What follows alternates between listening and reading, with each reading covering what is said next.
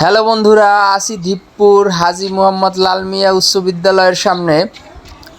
ধীপপুর গ্রামটি ডেমরা ইউনিয়নের অন্তর্গত। এই গ্রামটি ঢাকা বনশ্রী থেকে 7-8 কিলোমিটার দূরে। তো বন্ধুরা, এই উচ্চ বিদ্যালয়টি প্লাস এই প্রাইমারি ভবনটি একেবারে মনোরম পরিবেশে সবুজ গাছগাছালিতে ঘিরে রেখেছে চারিদিক।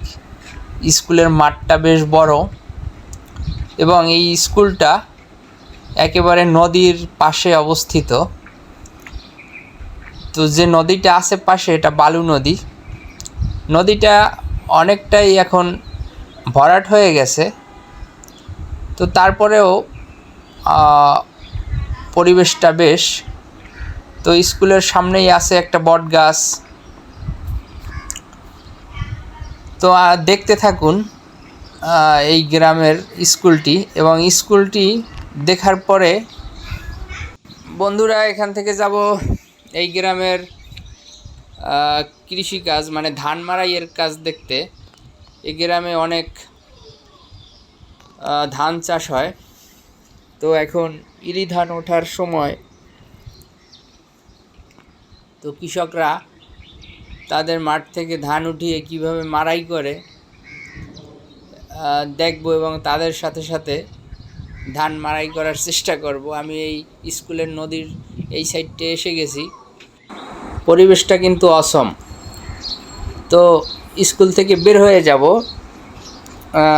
এরপরেই এই যে ধান মাড়াইয়ের এখানে এসে গেছি। তো তাদের সাথে সাথে আমি নিজেও ধান মাড়াই শুরু করে দিছি। তো বন্ধুরা, এই অসম্ভব সুন্দর গ্রামটি আজকে ঘুরব। তো আপনারা দেখতে থাকুন ধান মাড়াইয়ের কাজ, কিভাবে ধান মাড়াই করে। তো সাথে থাকুন বন্ধুরা।